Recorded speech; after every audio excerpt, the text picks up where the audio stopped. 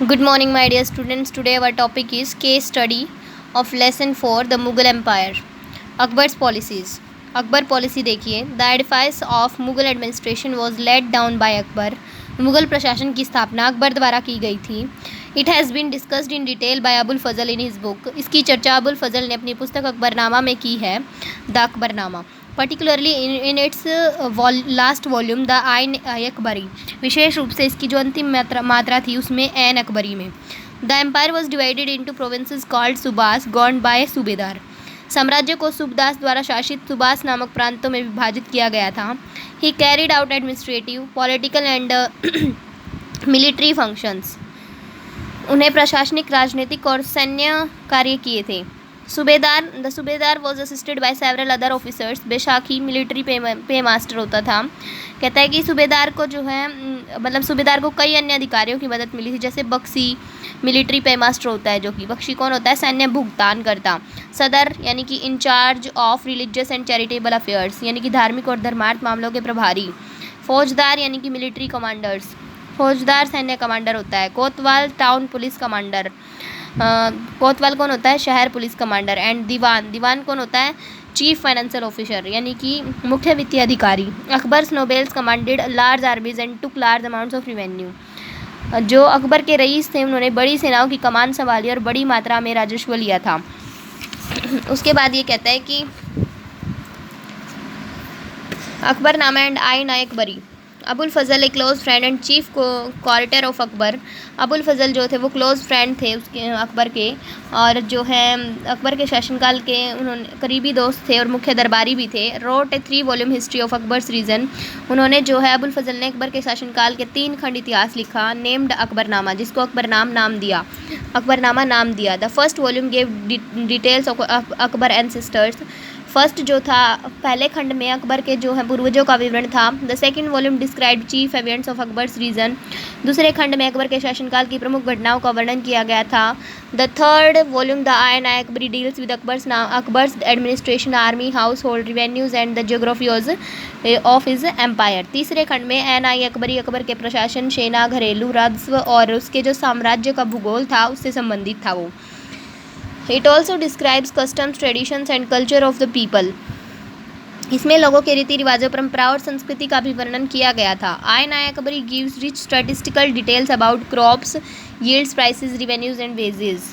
और इसमें जो है लोगों के रीति रिवाज, परंपरा और संस्कृति का भी वर्णन था, और साथ ही साथ एन आई अकबरी फसलों, पैदावार, कीमतों, राजस्व और मजदूरी के बारे में समृद्ध सांख्यिकीय जो है विवरण देता था.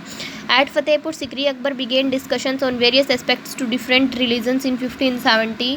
कहता है कि फतेहपुर सिकरी में अकबर ने 1570 में विभिन्न धर्मों के विभिन्न पहलों पर चर्चा की थी. जैसे कि यहाँ पे देखिए Akbar holding A discussion in इबादत खाना. इबादत खाना के अंदर जो है होल्डिंग वो जो है एक अकबर जो है डिस्कशन कर रहे हैं किसी भी टॉपिक पे. तो ये कहता है कि अकबर ने डिस्कशन किया था फतेहपुर सिकरी में बहुत सारे धर्मों के ऊपर. He held disclosure with the ulema brahmanas, Jesuit priests, Roman Catholics and Zoroastrians and the इबादत खाना. कहता है कि उसमें इबादत खाना में उलमा, ब्राह्मण, जेस्ट, पुजारी, रोमन कैथोलिक थे जो कि, और जोरास्ट्रियन के साथ प्रवचन किया था उन्होंने. Soon Akbar realised that religious scholars who emphasised rituals and dogmas were often biased. उन्होंने जल्दी ही ये महसूस कर लिया था कि धार्मिक विधानों ने अनुष्ठानों और हट कर्मियों पर जोर दिया है. Their teachings led to division and disharmony amongst the people. और उनके उपदेशों से लोगों में विभाजन और अरुचि पैदा हो गई थी. उसके बाद देखिएगा जो आगे दिया गया है इसमें क्या है. देखिए यहाँ पर भी Akbar receiving the Akbarnama from Abul Fazl. Akbar जो है अकबरनामा रिसीव कर रहे हैं अबुल फजल से. Eventually Akbar founded the idea of sulh kul और यूनिवर्सल पीस. इवेंचुअली जो है कहता है कि आखिरकार अकबर ने सुखे कुल या सार्वजनिक शांति के विचार की स्थापना की. This was not a religion but a system of ethics which emphasized on values such as honesty, peace, justice. ये जो है कोई धर्म नहीं था बल्कि नैतिकता की एक प्रणाली थी जिसमें ईमानदारी, शांति, न्याय जैसे मूल्यों पर जोर दिया गया था. मतलब सुखे कुल जो था उसने जो शुरू किया था उसकी जो स्थापना की थी एक विचार की, वो एक विचार था सुखे कुल. और विचार का मतलब उसमें ये था कि सार्वभौमिक शांति होनी चाहिए, सारी जगह ईमानदारी होनी चाहिए, न्याय होना चाहिए. उन्होंने ये प्रणाली शुरू की थी।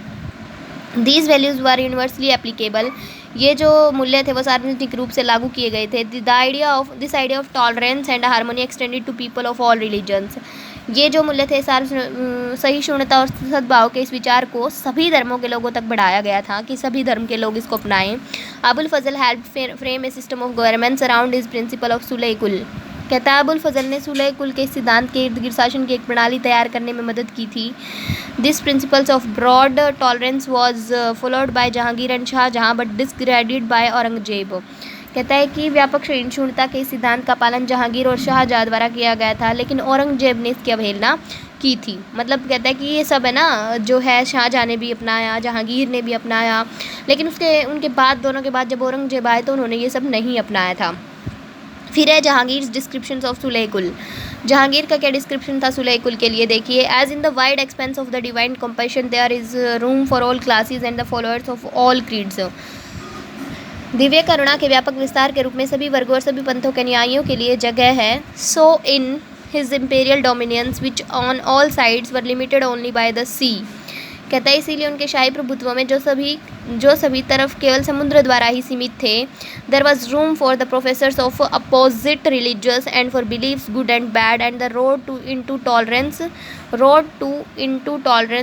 इंटॉलरेंस वॉज क्लोज्ड, कहता है कि इसके विपरीत धार्मिक और विश्वासों अच्छे और बुरे और असहिष्णुता के मार्ग के प्रोफेसरों को बंद कर दिया गया था। Sunnis and Shias met in one mosque and Christians and Jews in one church to pray, सुन्नी लोग और सिया लोग एक ही मस्जिद में और जो है प्रार्थना करने के लिए, एक ही मस्जिद और ईसाइयों से मुलाकात की, प्रार्थना करने के लिए केवल एक ही चर्च में आए सभी लोग। He consistently followed the principle of universal peace sulh kul, उन्होंने क्या किया, उन्होंने लगातार सार्वभौमिक शांति सुलह कुल के सिद्धांत का पालन किया था। उसके बाद based on the principles of tolerance and harmony Akbar founded a new sect called दीन इलाही, फिर अकबर ने जो है सहिष्णुता और सद्भाव के सिद्धांतों के आधार पर अकबर ने एक नया संप्रदाय की स्थापना की जिसे दीन इलाही कहा गया। It meant religion of one god, इसका मतलब था कि एक ईश्वर का धर्म। The main idea was to establish a religious order acceptable to all and promote universal brotherhood and social unity, इसका मुख्य विचार सभी को स्वीकार्य धार्मिक आदेश की स्थापना और सार्वभौमिक भाईचारे और सामाजिक एकता को बढ़ावा देना था। इसका मतलब केवल ये था कि सार्वभौमिक, इसका जो मेन संदेश था वो केवल यही था कि भाईचारे को बढ़ाया जाए और सामाजिक एकता को बढ़ाया दिया जाए। Akbar never forced anyone to accept the new faith, Akbar ने किन्हीं भी लोगों को जो है इसको अपनाने के लिए फोर्स नहीं किया था। Only Birbal accepted it, only जो है बिरबल ने ही इसको अपनाया था। The Deen Ilahi ended with Akbar's death, जो दीन इलाही था ना वो अकबर की मृत्यु के साथ ही जो है समाप्त हो गया था।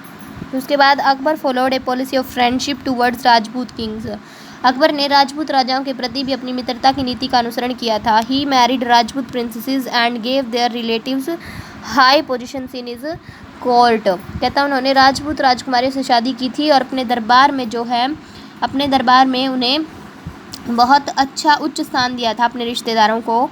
और फिर उसके बाद जो है कहता है कि as we know both Jahangir and Shahjahan were born of Rajput queens, जैसा कि हम जानते हैं कि जहांगीर और शाहजहां दोनों की राजपूत रानियों से ही पैदा हुए थे। ये जो है जहांगीर और शाहजहां दोनों ही राजपूत रानियों से पैदा हुए थे। उसके बाद the nobility and the common people, nobility and common people में देखिएगा क्या है आगे, महानता और जो है आम लोग, देखिएगा क्या था। मुगल साम्राज्य की the administrative and military efficiency of the Mughal empire led to economic and commercial prosperity, Mughal साम्राज्य की प्रशासनिक और सैन्य दक्षता आर्थिक और व्यावसायिक समृद्धि का कारण बनी।